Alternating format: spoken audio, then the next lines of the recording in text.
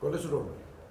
Manuel Cuesta Morúa, mi nombre y mis dos apellidos. ¿Y qué edad usted tiene? 54 años. ¿Cómo ve usted a Cuba en 5 y en 10 años? En 5 años lo veo como una sociedad más plural, desde todos los puntos de vista. Desde el punto de vista cultural, desde el punto de vista político, desde el punto de vista ideológico y sobre todo desde el punto de vista de la elección. Esa gente que elige una minoría porque la elige. Así lo veo. En 10 años veo un Estado democrático. ¿Y cómo se ve usted en 10 años? ¿En qué lugar de la sociedad? Yo me veo ejerciendo la política. No sé en qué posición, pero me veo en 10 años ejerciendo la política en mi país, trabajando por el bien común, desde mi perspectiva, desde mi visión de las cosas. ¿En qué año entra usted a la oposición? Yo entré en el año 91, 1991. Éramos tan jóvenes. ¿Qué edad tenía? Yo tenía 26 años, cumplir 27. ¿Ya tenía una formación universitaria? Tenía una formación universitaria. Yo me gradué en el año 86 de licenciado en Historia en la Universidad de La Habana, aquí cerca de donde estamos. ¿Y de dónde trabajaba? Trabajé, hice 3 cosas. Muy mínimamente fui guía de turismo, pero muy poco tiempo, un par de meses. Luego empecé a trabajar en una secundaria básica como profesor. Y finalmente terminé trabajando en el Museo de la Ciudad, con Eusebio Leal. Yo trabajaba en la Casa de África y de ahí me expulsaron en el año 91. En el año 91. ¿Usted comienza en la oposición junto a quién? Yo comencé junto a la oposición con Rolando Prats Páez, hoy no muy recordado, pero fue alguien que inició en aquella época unos pequeños círculos que debatían lo que se llama el socialismo democrático. Luego empecé a trabajar con Elizardo Sánchez Santa Cruz en la Comisión Cubana de Derechos de Reconciliación Nacional. Seguí, obviamente, trabajando en la corriente socialista democrática y digamos que ahí di mis primeros pasos en el año 91. Hablando de elección, ahora hay unas elecciones en Cuba en el mes de septiembre y octubre. Se va a producir un proceso electoral. La plataforma Otro 18, que hay algo medio confundido porque yo estaba entrevistando personas, opositores y demás, y yo tengo entendido que usted es la persona líder de la plataforma Otro 18, pero también algunos me dicen que es una persona de apellido Silva. O sea, realmente quién es Bueno, te explico. Yo soy el portavoz de la plataforma ciudadana Otro 18, que es como se llama. Tiene un grupo gestor, esa plataforma, yo soy el portavoz de ese grupo gestor. Silva es el presidente de un movimiento que se llama Opositores por una Nueva República, que ha sido uno de los grupos que más candidatos y candidatas ha aportado a la plataforma Otro 18. Y eso le ha dado dentro del espacio en que estamos trabajando un liderazgo natural, porque ve muchos candidatos, se entrevista con ellos, conecta con ellos, le pasa la información. Esa es la realidad. ¿Cuántos candidatos tienen ustedes ya en la plataforma Otro 18? 132 contados uno tras otro, con la variación de que probablemente en un par de semanas hayamos hecho una especie de criba, en el sentido que hay algunos que, por ejemplo, aunque se mantienen simbólicamente como candidatos, ya no pueden serlo en la realidad concreta porque han sido juzgados. No tienen antecedentes penales hasta ahora, que los juzgaron justamente porque ellos optaron por presentarse como candidatos a Otro 18, cada uno en su localidad. Y te pongo un par de ejemplos. ¿Y fueron juzgados por qué? En un caso, el caso más sonado para nosotros, aunque no sonado en los medios de comunicación, es el de Rolando Columbier Patterson. Él es de Antilla, el segundo municipio más pequeño de Cuba, Holguín, Bahía de Nipe, y un trabajador muy asentado. Trabajaba en los ferrocarriles,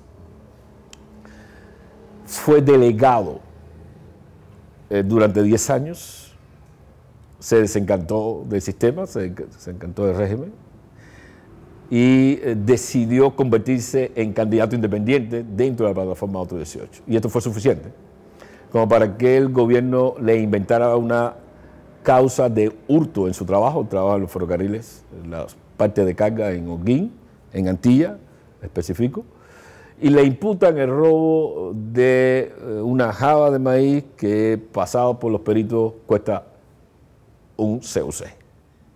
Bastó para que lo juzgaran a 6 meses de prisión domiciliaria, justamente el tiempo que va a durar más o menos el proceso electoral, y 500 pesos de multa. Ya no puede serlo. Ya no puede ser. Porque esto es un requisito invalidante si ha sido juzgado por la ley. Hay personas que me han dicho que José Díaz Silva es un preso común.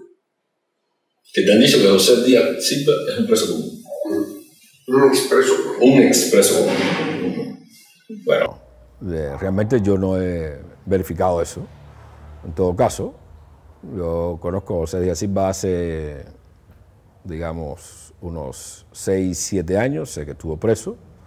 En todo caso también, mucha gente han entrado a la prisión como prisioneros comunes, y dentro de la prisión han visto otras opciones en su vida, ¿no? Y se han convertido a la política y al trabajo cívico. Ese puede ser exactamente su caso, ¿no? Pero ignoro los orígenes por los que básicamente fue a la prisión. En todo caso cumplió, tengo entendido que un par de prisiones, tengo entendido que hay una de ellas que fue sí por razones políticas, ¿no? Ahora, desconozco eso, siempre diciendo de que en todo caso siempre es posible. Yo siempre recuerdo el caso de Martin Luther King, ¿no? Rectifico de Malcolm X, Martin Luther King. Acabo de borrar Martin Luther King de Malcolm X. Una persona cargada de pecados, por decirlo en términos bíblicos, y que fue un gran líder político, ¿no? Salvando la distancia entre Silva y Malcolm X, ¿no? Pero en todo caso me hablo de los orígenes, de modo que para mí eso no sería algo detestable o desdeñable. Y fundamentalmente, ¿por qué? Porque en Cuba, donde las restricciones son muy duras y cubren una gama diversa de acciones sociales, pues no es muy difícil ir a la prisión por razones comunes. No es muy difícil en Cuba. He hablado con personas de la plataforma, o sea, que aparecen en las planillas que se han hecho públicas y demás. Y hay un caso que me llamó la atención en Ciudad de Ávila, del municipio Baraguán, Gaspar, que dice que su nombre aparece en una planilla, pero que él realmente no firmó esa planilla. Yeah. O sea, ¿usted tiene conocimiento de eso? No domino todo el proceso, porque somos una plataforma amplia, yo me dedico a algunas cosas, otros se dedican a otras cosas dentro de eso. Puede haber ocurrido, obviamente, y esa es otra de las razones por las que tenemos que hacer una criba, para ser serios, ahora que vienen las asambleas de nominación. En algún momento nos imputaron una persona que estaba fallecida. Rápidamente corrimos a averiguar el asunto, no era tal, pero en todo caso tampoco estaba dentro del proceso. Y aquí pueden ocurrir muchas cosas, ¿no? Sabes que estamos en un régimen cerrado, muy policial, que desarrolla herramientas de inteligencia de vaciamiento, que es como yo les llamo, que es la de colocar también dentro de un proyecto, una plataforma, una organización, falsos positivos, por decirlo a la colombiana, y esto puede estar ocurriendo en ese caso, ¿eh? De modo que nosotros somos serios, pretendemos seguirlo siendo, y vamos a hacer una criba en 2 semanas de esto, un análisis, una depuración de estos 132 que tenemos, por lo menos nominalmente hasta ahora. ¿Usted se va a...? No, yo no. ¿Por qué? Bueno, en primer lugar porque yo tengo cierto perfil político ya hecho. Eso podría complicar una de las estrategias que nosotros tenemos, que es la de que esto es una propuesta desde las comunidades, desde los ciudadanos, para representar los intereses de las comunidades, darle voz a las inquietudes y las necesidades de la gente en cada comunidad. Y obviamente en mi caso eso no iba a ser muy vendible si yo me presento como candidato en una, digamos, circunscripción o una comunidad específica. Por otro lado, podría haber sido utilizado por el gobierno para lo siguiente. Yo tengo un perfil socialdemócrata muy claro, construido durante años. La idea de presentar candidatos independientes en las asambleas de circunscripción a nivel municipal es una que funciona, digamos, sin ideologías. De hecho, el gobierno dice que el partido no postula. De hecho, nosotros hemos evitado hasta ahora que las organizaciones políticas presenten candidatos como representantes de las organizaciones políticas. En mi caso eso no funcionaría mucho y podría ser utilizado por el gobierno para tratar de deslegitimar de algún modo la idea de candidatos independientes presentándose de sus propias comunidades. He detectado que existen proyectos con respecto a esto que son iguales. O sea, está la plataforma Otro 18, está lo de candidatos por el cambio.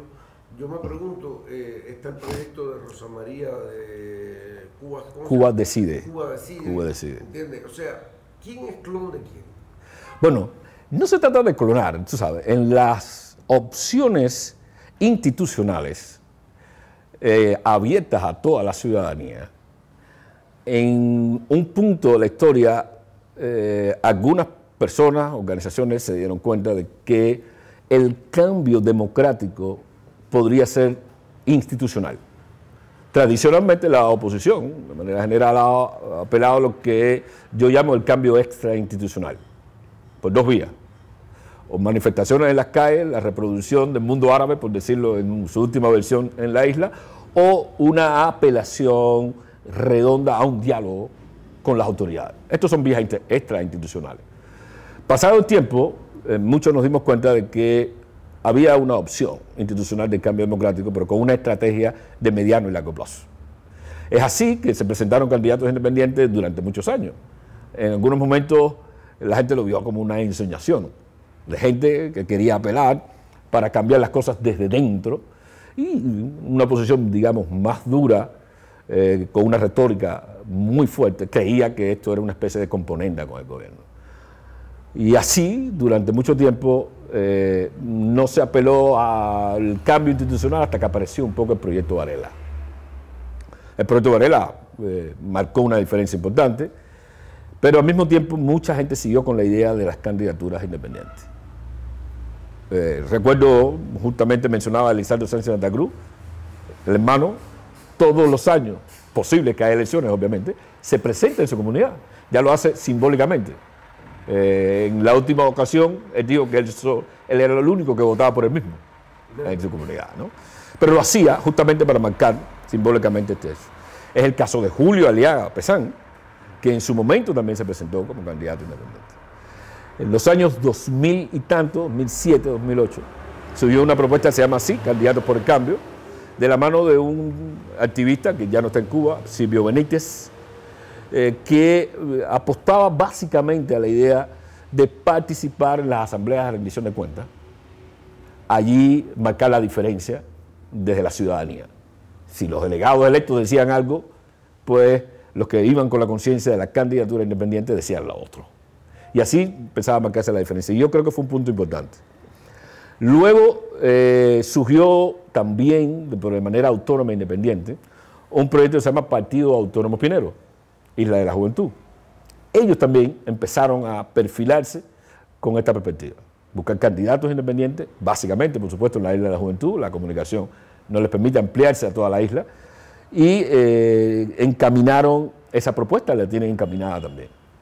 En el 2015 surge la plataforma Otro 18.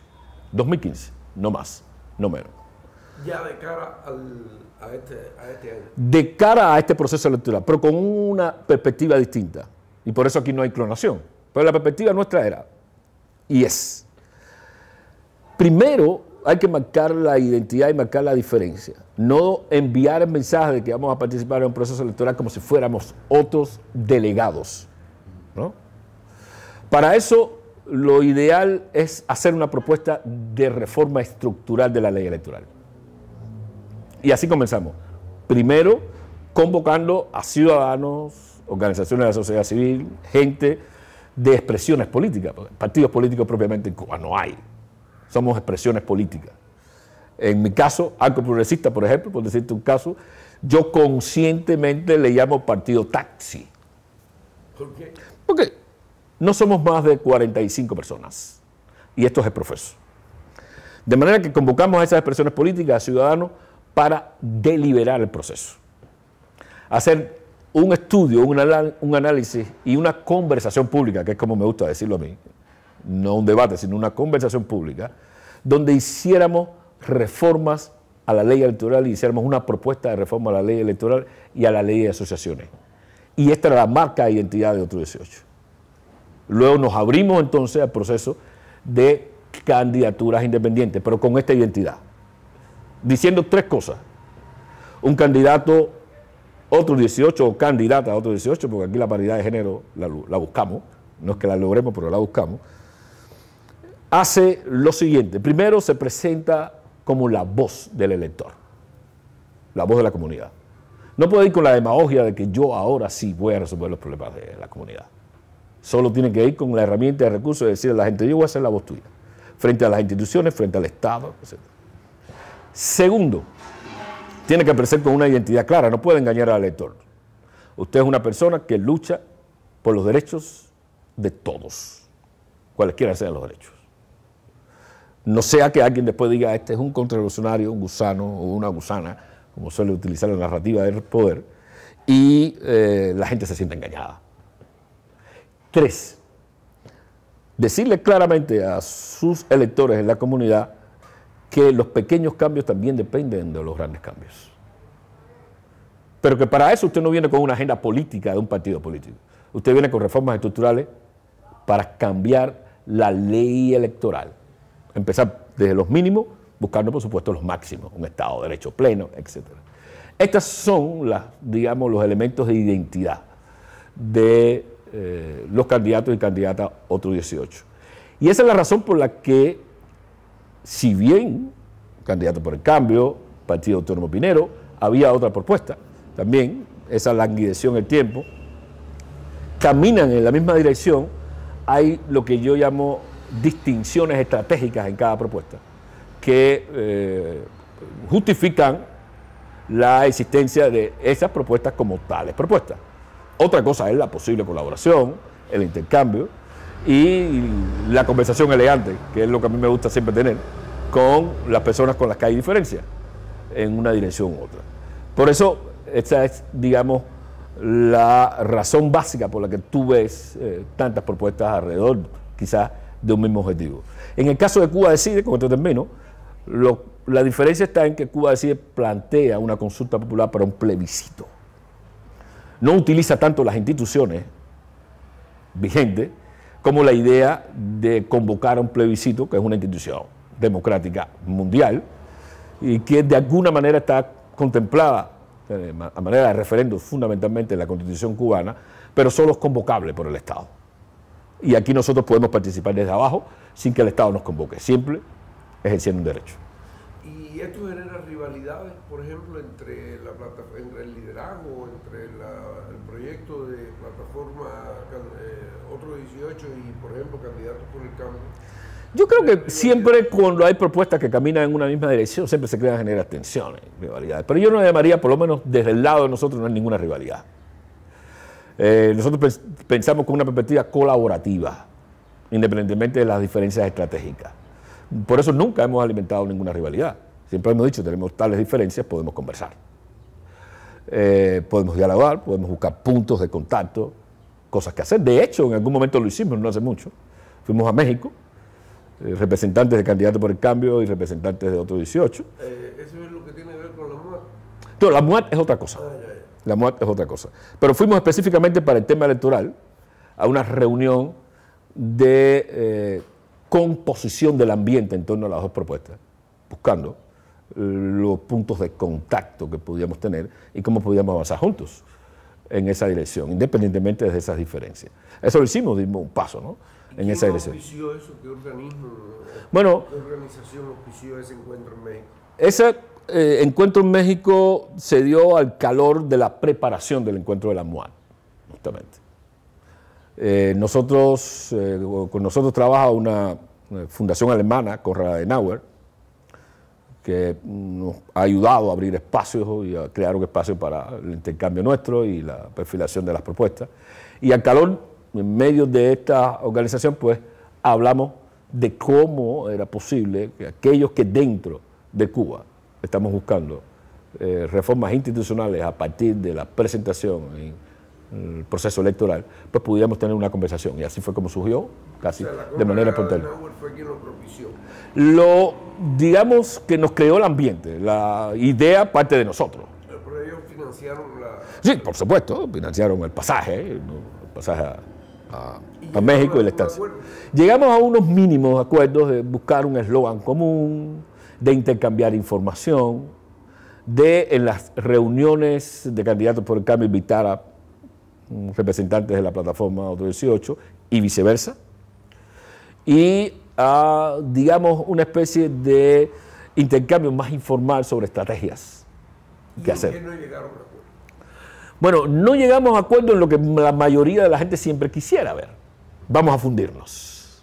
En ese punto no llegamos a ese acuerdo. Digamos que eso fue lo único que faltó. Segundo, no nos pusimos de acuerdo, no porque haya sido discutido con profundidad, pero no nos pusimos de acuerdo completamente en qué hacer luego que pasen las elecciones. Por dónde va a coger cada una de las propuestas.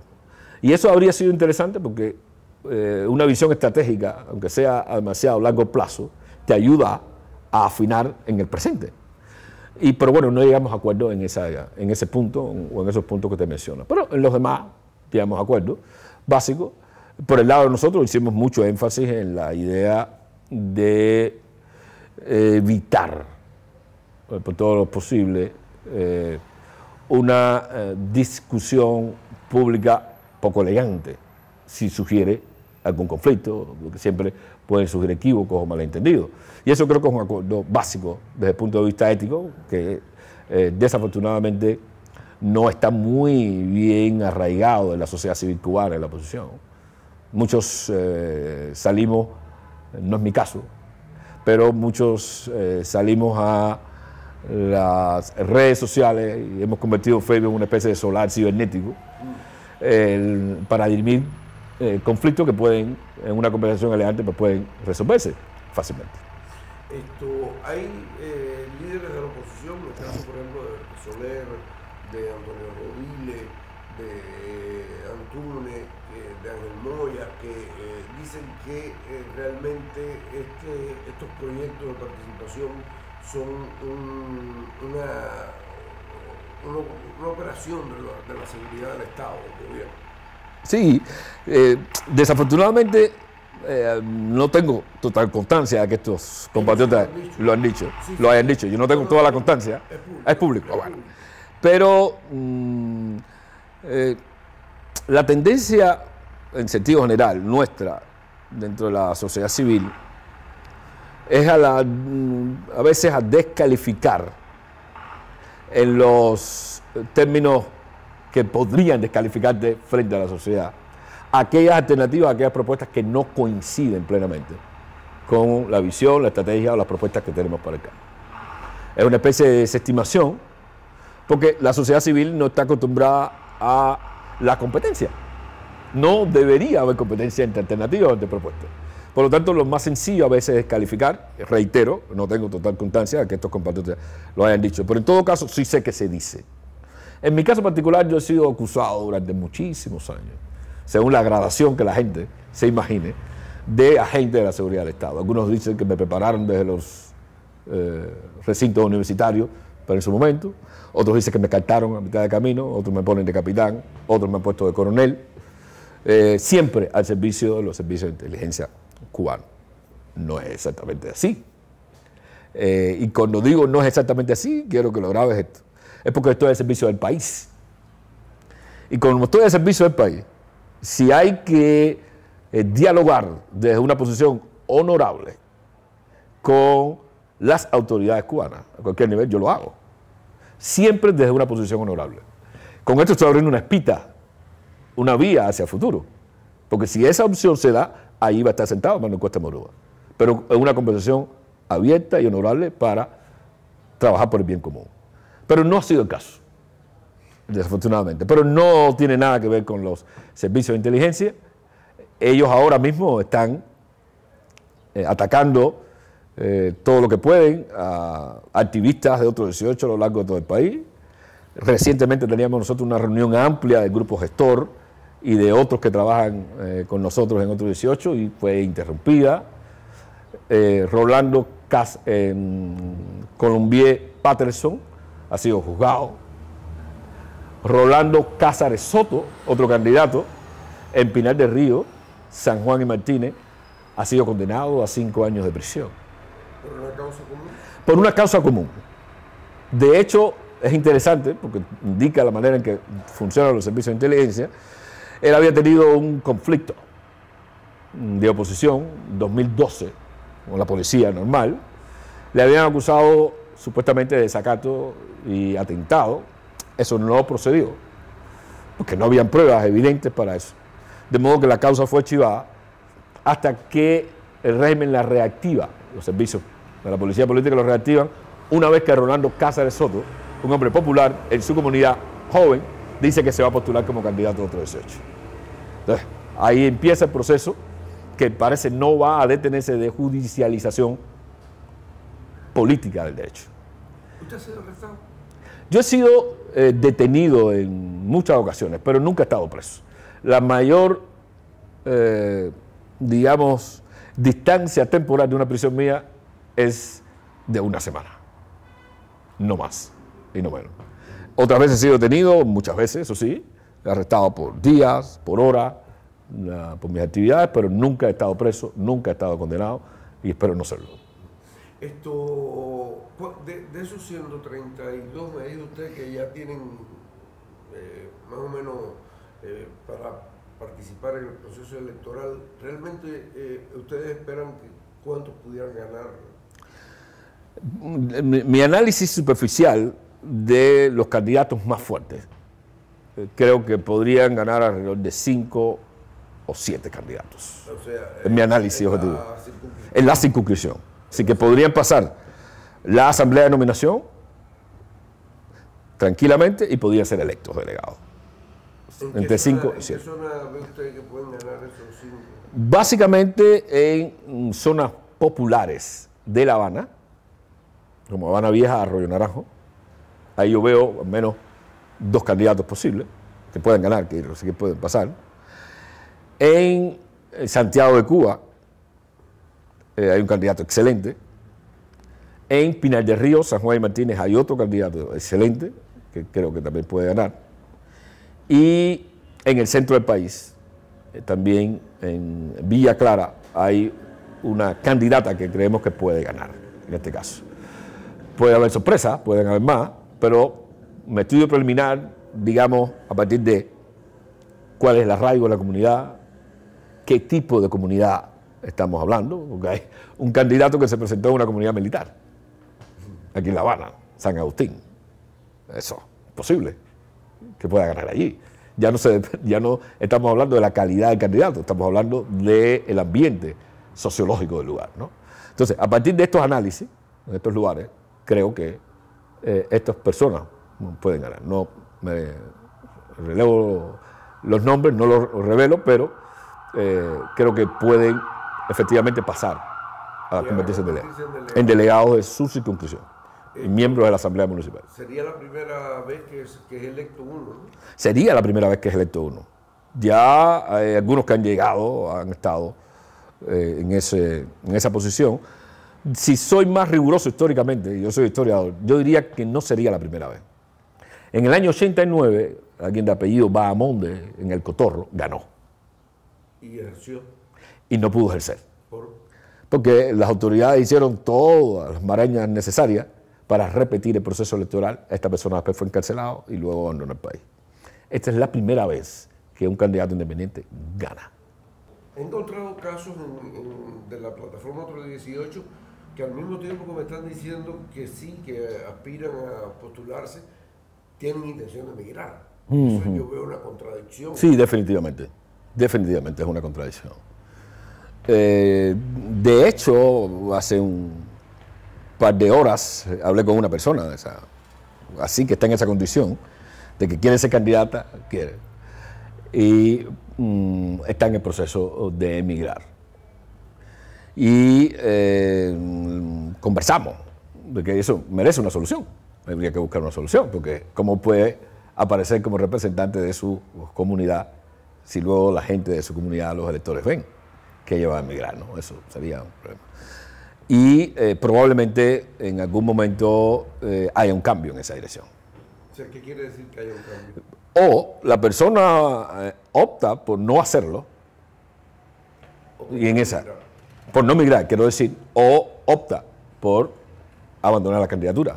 Porque en todo caso el mensaje que tenemos que enviarle a la comunidad es todo lo contrario, que vamos a estar al lado de la comunidad todo el tiempo. Y obviamente tampoco es posible la representación simbólica desde el exilio. Eso no tiene ningún sentido.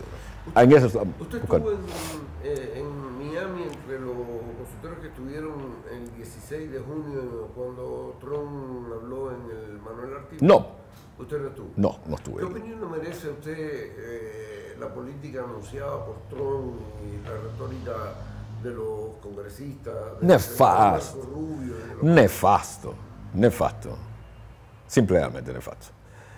Volver a las políticas de la Guerra Fría, después que termina la Guerra Fría, es como segundas partes nunca fueron buenas. Y eso vale para los matrimonios y vale también para la política. Y yo creo que regresar a esa retórica dura, que al final de eso se trata básicamente, y al intento de pretender empujar los cambios, porque supuestamente voy a ahogar a la élite política y militar cubana, yo creo que solo ayuda al inmovilismo y no a la apertura democrática que nosotros queremos. Pasa y sucede que la lógica detrás de todo esto es todavía, lo voy a decir quizás mal y breve, pero es una lógica revolucionaria. Cambios abruptos y radicales producidos por políticas de hostilidad o hostigamiento de potencias contra países que no están en capacidad supuestamente de resistir esas políticas. Y así nos hemos pasado 50 y tantos años. ¿Y a quién ha ayudado? ¿Ha ayudado a la democracia? No, para nada. ¿Ha ayudado a los activistas de derechos humanos? No hay pruebas de eso. ¿Ha ayudado a la sociedad cubana? Tampoco. ¿Ha provocado la rebelión de las masas? Mucho menos. Que sí ha producido un abroquelamiento de la élite en el poder, que por demás se ríe bastante bien de esas políticas porque tiene muchas vías y muchos recursos para burlarlas. Si no se convoca, no estoy de acuerdo con ello, un embargo global, como sucedió en Sudáfrica, no hay posibilidad de que los embargos tengan efectividad. Y estoy hablando en términos políticos. Yo no estoy de acuerdo con ningún embargo global. Estoy hablando en técnica política. En técnica política, si usted quiere lograr un efecto, tiene que tener todos los recursos a la mano. Y los Estados Unidos no tienen todos los recursos a la mano para provocar un embargo total a la isla. Ahora, yo debo decir que nosotros nos opusimos y nos ponemos al embargo antes que el gobierno cubano. La primera declaración de Corriente Socialista Democrática, que fue donde me inicié, después esto se reconvirtió en Arco Progresista, la primera declaración pública que sale de la sociedad cubana o desde la sociedad cubana contra la política de embargo fue una que emitió la Corriente Socialista Democrática en 1991. Solo en 1993 el gobierno cubano empezó con su campaña contra el embargo.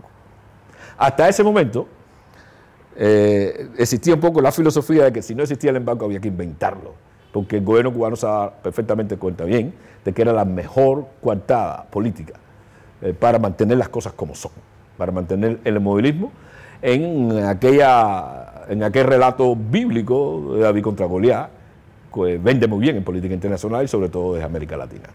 Luego, en 93, caída del campo socialista, dificultades, obviamente reales para la economía cubana, entonces el gobierno cubano comienza con su campaña exitosa de condena al embargo en las Naciones Unidas, en la Asamblea General, pero solo fue en el año 93. Ya en el año 91 yo me encuentro entre los firmantes de quienes dijo el embargo no, y nos oponemos al embargo. Y prontamente te vas a enterar de cosas interesantes en esa dirección. Volviendo habíamos tocado el tema de México, la reunión de Quintana Roo, donde se fue y se reunió la MOAT, usted participó. Sí. Hay un grupo que dice que no pudo viajar porque la seguridad del Estado le impidió viajar al evento. Sí, exactamente. Alrededor de 21 personas no pudieron asistir porque de una manera u otra no lo dejaron abordar el avión. ¿Y allí qué acuerdo se consiguió? Bueno, allí era la segunda asamblea anual de la MOAD. Somos alrededor de 50 y tantas organizaciones, proyectos y actores independientes. La MOAD tiene la naturaleza de reunir también actores independientes, es decir, gente con cierto liderazgo de opinión que quiere contribuir también a la agenda política. Los acuerdos a los que llegamos allí fueron fundamentalmente tres. Uno, potenciar el programa mínimo de la MOAD, que se llama Todos Cabemos. Empezar a potenciarlo ya desde finales, después que pasen las elecciones, y durante todo el año 2018, una agenda de implementación del programa Todos Cabemos. Segundo, tratar de coaligar dentro de la MOAD a dos sectores que son fundamentales para el trabajo político en cualquier sociedad, que son los jóvenes y las mujeres. Entonces, hubo dos acuerdos de crear una propuesta que se llama Liderazgo Mujeres, que reúne mujeres de distintas organizaciones, de distintas propuestas, y otra que se llama Liderazgo Jóvenes, así mismo, que reúne también a jóvenes de distintas propuestas, buscando perfilar el trabajo de estos dos sectores. Ese fue un segundo acuerdo. Tercero, sostener las elecciones de manera virtual en los próximos 3 meses, porque allí en Cancún, en Quintana Roo, debían haberse efectuado las elecciones anuales de la MOAD, pero no pudieron ser porque no hubo quórum para eso. El gobierno cubano nos dejó a 21 personas, otras tantas no podían ir de todas maneras, pero bueno, si hubieran ido las 21 para las que estábamos presentes, pues habría quórum para hacer las elecciones. Entonces, ese fue un tercer acuerdo. Y un cuarto acuerdo, que ya se está trabajando fundamentalmente en eso, es la creación de lo que en Estados Unidos llama un think tank. A mí no me gusta el término. Dentro de Cuba, dentro de la MOAD. Es decir, hay proyectos de organizaciones que tienen como perfil dedicarse a la sociología, al pensamiento, y van a unir esfuerzos en algo que provisionalmente ya empiezan a llamar Centro Multidisciplinar de Análisis Estratégico, que reúne gente en esa dirección para hacer propuestas de políticas públicas, análisis sociológico, demoscópico, y ese fue un cuarto acuerdo. Sobre la base de ya acuerdos que habíamos tomado, y un acuerdo que habíamos tomado era que la mayor cantidad de organizaciones dentro de la MOAD pues participe de esta plataforma Otro 18, ya sea con movilización ciudadana, tratando de que la gente sepa de qué cosa es Otro 18, hasta la propuesta de candidatos de cada una de las organizaciones y otros ámbitos en los que venimos trabajando dentro de Otro 18, que viene siendo asumido en todo caso por la mayoría de estas organizaciones de la MOAD. Vamos a hablar de un tema que es escabroso, que tiene que ver con la financiación. ¿En la plataforma Otro 18 recibe financiación? No hay financiación. ¿O aplica para financiación? No aplicamos para financiación. Y te doy una razón, te doy un argumento. Y quiero ser absolutamente honesto y franco. Nosotros en otros momentos hemos aplicado para financiación, no como plataforma Otro 18, sino desde nuestras propuestas de nuestras organizaciones. Hemos aplicado para financiación, tanto en Europa como en América Latina como en Estados Unidos. Decidimos no hacerlo. Hubo una conversación de si hacíamos o no una propuesta de financiación para Otro 18 y acordamos no seguir adelante con esa propuesta, por una sola razón. La propuesta Otro 18 contempla candidatos, gente que va a ser o potencialmente puede ser electa como funcionario en sus propias comunidades. Y no se puede dejar ni un rastro de duda de que estos candidatos independientes han sido financiados directamente para ser electos con dinero proveniente del exterior. Eso nosotros podemos manejarlo, administrarlo, probando de que sí recibimos financiamiento y no va en la dirección de los candidatos, pero no es muy creíble. Y evitamos entonces que el gobierno pudiera tener el argumento de que cada uno de los candidatos independientes que se presentan, ni siquiera que son electos, vienen financiados por potencias extranjeras o propuestas extranjeras, cosa que no se ve bien, por supuesto, en ningún país del mundo. Funcionario electo no puede ser financiado desde el exterior, tan sencillo como eso, y estamos totalmente de acuerdo con eso. ¿Ninguna financiación en la plataforma? Ninguna financiación en la plataforma Otro 18, ninguna financiación. ¿Usted encabeza cuántos proyectos dentro de Cuba? ¿O cuántos encabeza y cuántos tiene presentados? No, yo soy portavoz de la plataforma Otro 18, soy uno de los secretarios de la Mesa de Unidad de Acción Democrática, somos 7 secretarios, soy uno de ellos, y específicamente lidero la organización Arco Progresista, que ya es una organización política de naturaleza socialdemócrata. Hasta ahí. Ya. ¿Y tiene algún proyecto nuevo? No. Mi visión es la de seguir trabajando en concertación dentro de la Mesa de Unidad de Acción Democrática. Segundo, la plataforma Otro 18, definida para el 2018 inicialmente, va a continuar. Y yo dedicaré mis esfuerzos en el futuro más visible e inmediato a trabajar en estas 2 plataformas. Por supuesto, desde Arco Progresista. ¿Hacia qué dirección? Bueno, tenemos pensado varias cosas dentro de la plataforma Otro 18. Primero, seguir trabajando en la reforma electoral. Nosotros presentamos una propuesta global de reforma electoral con una agenda mínima, una agenda máxima, pero no ha sido exhaustiva. Vamos a seguir trabajando en eso y haciendo propuestas a la Asamblea Nacional para la reforma democrática de la ley electoral. El gobierno, por cierto, propuso una nueva ley electoral.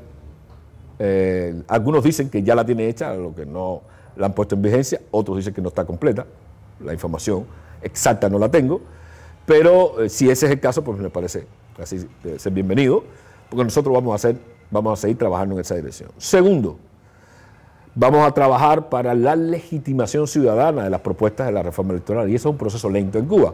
Bueno, no tenemos acceso. Ahora mismo, en esta calle J, ¿quién conoce que existe la plataforma Otro 18? Evidentemente, nadie. Tenemos que trabajar hacia la ciudadanía para legitimar nuestras propuestas de reforma electoral. En esa dirección va a seguir trabajando la plataforma Otro 18. Tercer lugar, la propuesta electoral desde la ciudadanía llegó para quedarse. Y vamos a trabajar también en dirección a las elecciones del 2021, las parciales, para las municipales, ya en mejores condiciones, preparando candidatos y preparando otras herramientas en las que estamos trabajando en Otro 18. Básicamente, tenemos otros puntos estratégicos, pero no puedo adelantarlo para que mis compatriotas no me cojan por el cuello. ¿Usted recibe financiación? Yo no recibo financiación. ¿De nadie? De nadie. ¿De ninguna ONG, de ninguna...? No recibo financiación de ninguna ONG actualmente. Yo recibí en algún momento sí financiación para la propuesta que nosotros estábamos adelantando desde Arco Progresista, que fue la base más o menos de esto de Otro 18, que se llamó Consenso Constitucional. Fue una conversación que abrimos por allá por el año 2011-2012 para hacer propuestas de reforma constitucional. Convocamos a ciudadanos, pero básicamente a personas expertas, conocedoras del derecho, que no es mi caso, para adelantar eso. En ese momento sí. Luego decidí no recibir más financiación, justo porque estaba caminando en la dirección de candidaturas independientes. Y no quería ninguna nube, de ninguna manera. ¿Cómo vive? ¿De qué vive? Ah, perfecto, muy buena pregunta. Yo escribo profusamente. Ya en los últimos tiempos he dejado de hacerlo porque publico en el periódico El País, publico en Diario de Cuba. ¿Eso se lo paga? Y eso lo pagan. Eso lo pagan y de eso básicamente vivo yo. ¿De sus artículos? De mis artículos, de mis escritos. Yo publiqué, a mí me editaron en Argentina un pequeño libro sobre pensamiento socialdemócrata, artículos míos, y en algunos lugares se ha vendido y por supuesto ese dinero me sirve también para comer. Básicamente la ayuda de amigos también. Por ejemplo, mi teléfono me lo recargan amigos todo el tiempo, desde Miami, desde Europa, desde América Latina. Sobre todo cuando recargas, me recargan el teléfono. Ya es algo que no tengo por qué pensar, ¿no? porque ellos se encargan de eso. Y así voy sobreviviendo. Yo no soy tampoco muy exigente en la vida común, en la vida social. Yo vivo con humildad, absolutamente con humildad.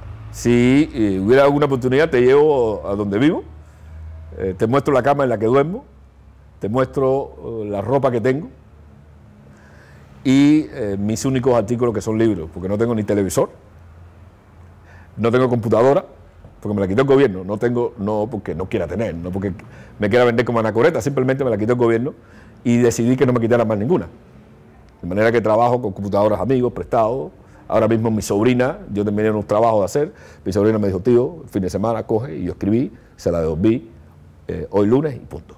¿Y en las embajadas no recibe acceso al internet? Recibo acceso al internet de la embajada, yo voy a la embajada norteamericana, ahí hay acceso a internet. Voy también a la embajada checa, embajada checa de la República Checa, ahí también tengo acceso a internet y eso me facilita un poco no tener que hacer esos gastos a la hora de la comunicación. ¿Usted ha tenido relación o conoce la National Endowment for Sí. Democracy? ¿Conoce Ríos Juan? Exactamente, amigo mío. Amigo suyo. Amigo mío. Ya. Ahmed Ríos Juan. Exacto.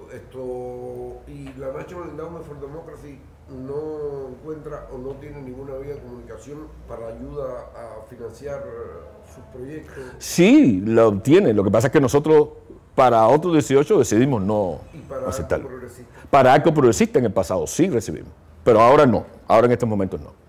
¿Y los demás integrantes de Arco Progresistas que no escriben artículos? Porque... Mira, cuento, muchos trabajan, están vinculados laboralmente. Arco Progresista es una organización de naturaleza socialdemócrata, que en cualquiera de los análisis de espectro político la va a situar como una organización moderada. Y esa es nuestra actitud y esa es nuestra conducta. Eso ha logrado o ha evitado que muchos, no fue mi caso, desafortunadamente, pero que muchos no sean expulsados de sus trabajos. Y trabajan mucho. Algunos son contrapropistas. Por ejemplo, la que coordina Arco Progresista en Santiago de Cuba, María Mercedes, es contrapropista, con su licencia, no por la izquierda, y vive de eso. Otros trabajan, y te decía que somos un partido taxi. Funcionamos más para hacer comunicar nuestra idea con simpatizantes que con miembros declarados y públicos que puedan tener problemas en su trabajo. De modo que la mayoría de la gente tiene algo de lo que sobrevivir. Yo sería, entre todos, el que menos opciones tendría de trabajar, porque luego de que me expulsaron en el año 91, intenté, sobre todo para satisfacer a mi madre, buscar trabajo de nuevo, y de todos me expulsaron. Le demostré que ya era persona no grata en el sistema laboral cubano, y eso trajo dificultades para mí. Me he encontrado con personas que lo respetan, y usted tiene personas que sí, que lo respetan, pero también tiene detractores. Absolutamente, tengo más detractores que personas que me respetan. Y básicamente, aunque hay detractores que me respetan, debo aclarar. Sí, porque hay detractores. Hay detractores y detractores. Y básicamente estos detractores hablan de que usted sí tiene un alto nivel de financiación, que usted tiene realmente un nivel de vida muy por encima de lo que usted puede recibir. O sea, hablan de corrupción. O sea, ¿usted cómo responde a esas inquietudes o a esos comentarios? Yo respondo simplemente pidiéndole que pongan las evidencias, que pongan las pruebas de mi corrupción. No es primera vez que eso sucede. Hace muchos años también me acusaron de lo mismo, pero nadie pudo poner evidencia. Nadie pudo poner pruebas de eso. Y yo siempre respondo en ese sentido, siguiendo la mentalidad anglosajona. Tienes derecho a tu opinión, no a los hechos. Pongan a los hechos de corrupción. Otro tema en el cual lo señalan sus detractores es en que alrededor suyo, las personas que usted elige, con las personas que son sus amigos, que le caen bien a usted, son las personas que pueden conseguir viajar y que siempre viajan los mismos. No es exactamente así, y si pudieras ampliar la base de entrevistas te darías cuenta que no. Pero está bien que lo digan, pero no es exactamente así.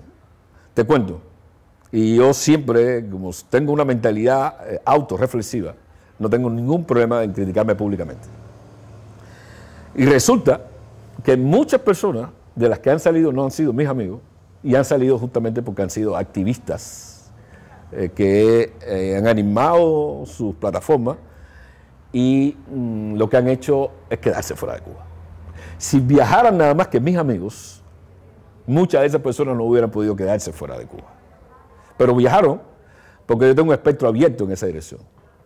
Justamente mis amigos, algunos siempre se quejaban de que abría el juego a otras personas, con mis relaciones exteriores, y no los montaba a ellos en el barco o en el avión de la salida. Y yo les decía, y les digo, y les sigo diciendo que prefiero asumir el riesgo de que supone abrir el juego a otros actores si quiero ser coherente con la imagen de concertación que siempre trato de enviar. Ahora, ciertamente, también mis amigos han viajado, pero que mis amigos hayan viajado no significa que quienes no sean mis amigos no hayan podido viajar, porque yo tengo sonados que se han hecho ellos enemigos míos. Yo no construyo enemigos, pero tengo sonados enemigos que han viajado. Y justamente lo han hecho porque he creído y he dado sus nombres y sus propuestas y sus alternativas para que también se abran posibilidades de intercambio, de formación, de conocer el mundo, que es muy importante, sobre todo a la hora de regresar a Cuba. Realmente el liderazgo de la oposición en Cuba tiene muchas utilidades públicas y aparece, yo le mencioné el caso suyo porque lo estoy entrevistando a usted, pero realmente en es general obvio. el liderazgo, o sea, hay muchas opiniones de... otra cosa de lo que hablan de usted es de que es muy autoritario. Bueno, ¿Usted es autoritario? no, para nada. Yo soy de los que practica, y uno de los primeros que introdujo en Cuba algo que se llama democracia deliberativa. ¿Y qué supone la democracia deliberativa? Que todos entramos a esta mesa, nos sentamos a conversar, dejando fuera las jerarquías y las ideas preconcebidas. Ese es mi estilo. Justamente, la plataforma Otro 18 conformó su propuesta global de reforma a la ley electoral con esa metodología de democracia deliberativa. Porque no se trataba de llevarle a los ciudadanos una propuesta hecha, o a la gente una propuesta hecha, sino se trataba, y se trata siempre, de hacer que la gente participe en la creación de su propuesta. Eso da un sentido mayor de pertenencia. De manera que no soy autoritario. Mi vocación es democrática y soy un demócrata a carta cabal. ¿Y sectario? Sectario no, para nada. De hecho, mis críticos a la izquierda dicen que mi socialdemocracia es demasiado rosa, demasiado light, demasiado centro. Justamente porque creo en la flexibilidad de las ideas. De todas maneras, al final es de la conversación pública entre gente con derecho a hacerlo y luego con gente inteligente de donde salen las mejores ideas y las mejores propuestas. Entonces, volviendo ahora ya no despersonalizando el tema, o sea, en general se percibe mucha hostilidad dentro del liderazgo y aparecen en general acusaciones de corrupción, de autoritarismo, de que siempre viajan los mismos, de robo, o sea, para no hablar de unidad. ¿Realmente el liderazgo de la oposición enfrenta estos males? Sí lo enfrenta, definitivamente. Yo escribí hace poco un texto que lo titulo Conversación autorreflexiva elegante.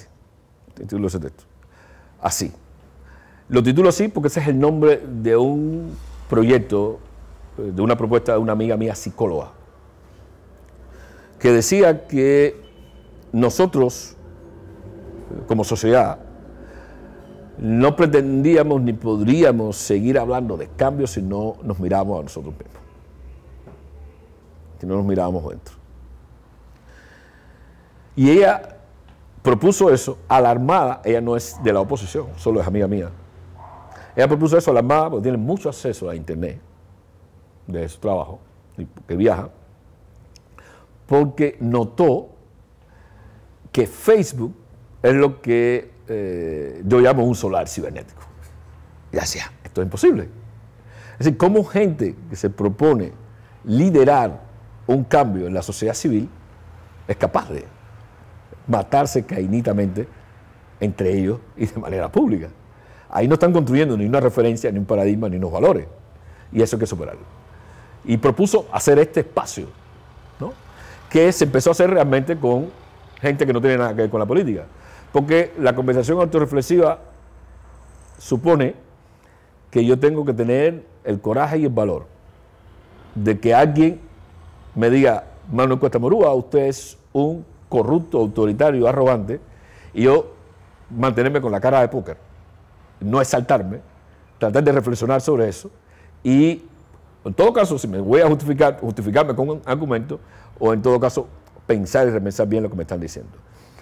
Y en esa naturaleza y en ese proyecto me permitió alumbrar a mí este fenómeno de mucha hostilidad. Mi propuesta, y por eso escribí el texto, que lo voy a enviar en un par de días, texto de 3 cuartillas, simplemente, a muchos amigos, es la de: mire, hay que detener esto. Las diferencias existen, pero lo que hace la diferencia en el tratamiento de las diferencias es si lo hacemos de manera decente o elegante. Al final se trata de si las diferencias podemos tratarlas de manera elegante o de manera indecente. Tenemos una opción: o lo hacemos de manera indecente o lo hacemos de manera elegante. De manera elegante es constructivo, porque no se trata tampoco de esconder las diferencias. Lo fundamental de esto es despersonalizar los conflictos, al final, para que salgan a relucir los argumentos y no los adjetivos, no las creencias o no los prejuicios. Vienes de Estados Unidos, sabes que ahí se ha ideado con mucha fuerza ese concepto de la posverdad. Y ahí nosotros, cuando yo leía sobre eso, decía: nosotros estamos instalados en la posverdad desde el año 60, ¿no? Que es la de convertir las creencias y los prejuicios en hechos. Y cuando uno convierte creencias y prejuicios en hechos, no le queda más que denostar al adversario, porque al final siempre hay una diferencia. Y hay que superar eso. Me doy cuenta, pero esos son males que nos están afectando. Y yo creo que con un razonamiento interesante, inteligente y una conversación elegante, pues se puede superar eso. Volviendo al tema de la financiación, la congresista Ileana Ros-Lehtinen, porque el presupuesto de los Estados Unidos excluyó hizo reducciones en el Departamento de Estado que afectan a la USAID, y de 20 millones que se aprobaron el año pasado, o sea, ahora no aparecía dinero. Hay una propuesta de 30 millones después de la congresista Ros-Lehtinen y otros congresistas republicanos. Y en palabras textuales de la congresista Ros-Lehtinen,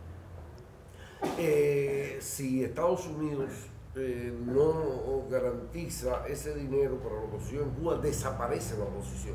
Eso textualmente le planteó la congresista al Departamento de Estado.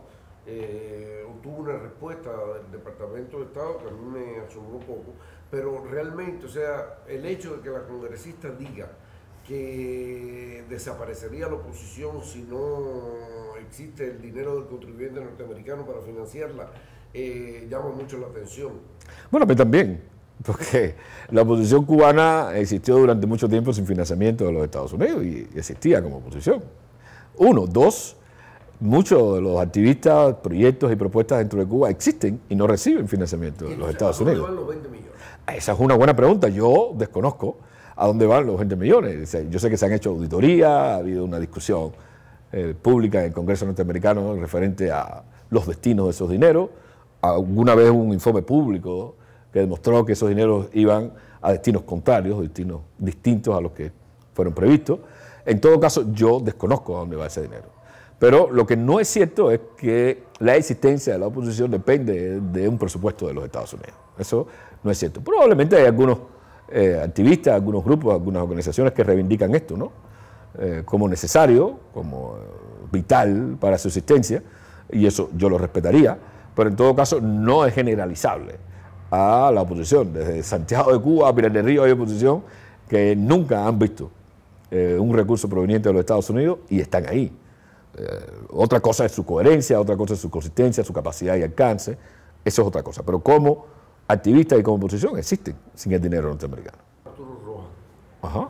que me planteó que él había sido quien había ideado el proyecto de COPE, de observadores y demás, y que usted lo había destituido de ese proyecto.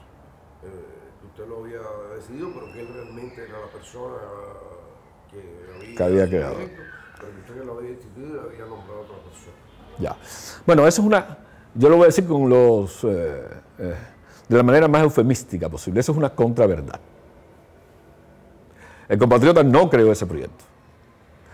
Te contaba hace un rato que nosotros desde el 2015 empezamos a trabajar en la propuesta de reforma de la ley electoral. Y olvidé un detalle cuando te hablé de eso. A la altura de noviembre del 2015, en la medida que la plataforma Otro 18 fue creciendo y se sumaron actores, fuimos invitados a trabajar y a intercambiar con personas e instituciones con experiencia en América Latina sobre el tema electoral. Y de esos intercambios, Costa Rica, te menciono, hay una institución que se llama CAPEL, que tiene que ver con procesos electorales, fue la primera que nos, digamos, acogió, vio con cierto, digamos, peso y propuesta y sentido esta propuesta de Otro 18, y allí nos invitaron a no solo trabajar comparativamente las propuestas de reforma de la ley electoral cubana, estudiando las leyes electorales, sobre todo de América Latina, sino que nos invitaron a que observáramos elecciones de manera fáctica. Y así lo hicimos en Argentina en 2015, cuando sale Macri, lo hicimos en Guatemala, lo hicimos en Colombia. Activistas nuestros participaron en ese proceso de elección. Y en una de esas discusiones, Juan Antonio Madrazo Luna fue la primera persona que dijo: necesitamos crear una red también de observadores. Otra persona, se llama Marta Adela Tamayo González, fue la que le puso el nombre a esa red, Ciudadanos Observadores de Procesos Electorales. Y fui yo quien convocó a este compatriota a que participara y coordinara estos esfuerzos, por dos razones, y mencionabas una hace un rato. Siempre he sido acusado de que favorezco nada más que a mis amigos. Y para mí era importante, y sigue siendo importante, aunque fue un intento mío personal, fallido, que por supuesto consulté con el grupo gestor de Otro 18. Por esa razón convoqué a Arturo Rojas a que participara. Se había acercado, me había dado la idea de una persona con la que se podría intercambiar, se podría adelantar este tipo de propuestas. Por eso lo convoqué. Pero su visión de las cosas y su mentalidad sobre todo no es compatible con el estilo que ya desde 2015 tiene Otro 18, que es un estilo muy deliberativo. Yo soy historiador, escribo, soy lo que de alguna manera llaman acá alguien ligado a lo intelectual. Lo que nosotros nunca hacemos ni en Arco Progresista, ni en la MUAD, ni en Otro 18, es aparecernos con un texto como la propuesta definitiva que debe ser para el grupo. Es una sana práctica la de hacer propuestas y considerarlas todas como, dirían en inglés, draft, decimos nosotros borrador. Y hasta tanto no pase por todos los implicados, esa propuesta no sale como la propuesta de Otro 18, o como la propuesta de la MUAD, o como la propuesta de Arco Progresista. Yo lidero eso, es verdad. Lo que yo nunca podré decir es que los textos, las propuestas y los proyectos escritos en blanco y negro de cualesquiera de estas tres plataformas son escritas, redactadas y concebidas exclusivamente por mí. Eso nunca podré decirlo, porque no es verdad. Y hacemos esa sana práctica justamente para trabajar una zona muy difícil en la cultura cubana, que es la de la humildad. Nos hemos embarcado como país, como proyecto de nación, porque no somos humildes. No tenemos una visión exacta de dónde estamos, cuál es la realidad que estamos pisando y cuáles son nuestras opciones. Seguimos con la idea de Hernán Cortés, la de que yo puedo cambiar todas las cosas. Como Fidel Castro lo pudo hacer. Casi siempre todos nos imaginamos que también podemos hacerlo en una dirección u otra. Ciertamente me han acusado de autoritario, pero ese no es mi estilo. Mi estilo es deliberativo. ¿Pero usted destituyó a Arturo Rojas? Yo destituí a Arturo Rojas después de consultar con el grupo gestor. Porque fue desde el grupo gestor de Otro 18 donde muchos empezaron a sacar las alarmas en relación con la mentalidad. Ni siquiera es alguien, no siquiera es una persona que de alguna manera pueda o no trabajar en la oposición o en la sociedad civil, pero no responde a la mentalidad, a la concepción, al estilo de Otro 18. ¿Y fue usted quien nombró a una nueva persona? Fue el grupo gestor quien nombró una nueva persona. Porque una de las cosas que perdí, uno de los privilegios que perdí en el grupo gestor, es la de proponer a personas para determinadas responsabilidades. Y esto puede ir on o off the record. ¿Por qué? Porque me he equivocado mucho. Y perdí ese privilegio. Hasta tanto el grupo gestor no decida o defina con varias propuestas quién o quiénes pueden ocupar determinadas propuestas, no se aprueba después de la experiencia con Arturo Rojas. De manera que Martadela la propone el grupo gestor y por una sola razón, porque Martadela viene del grupo gestor desde su fundación y generaba la confianza. Es amiga mía, efectivamente, como lo son todos los del grupo gestor, y como lo son otras tantas personas que no están en el grupo gestor de la plataforma Otro 18, pero son parte de Otro 18. Porque tengo muchos detractores, pero también tengo muchos amigos. ¿En Miami ustedes tienen alguna organización contraparte? Hay una que se llama Coordinadora Socialdemócrata.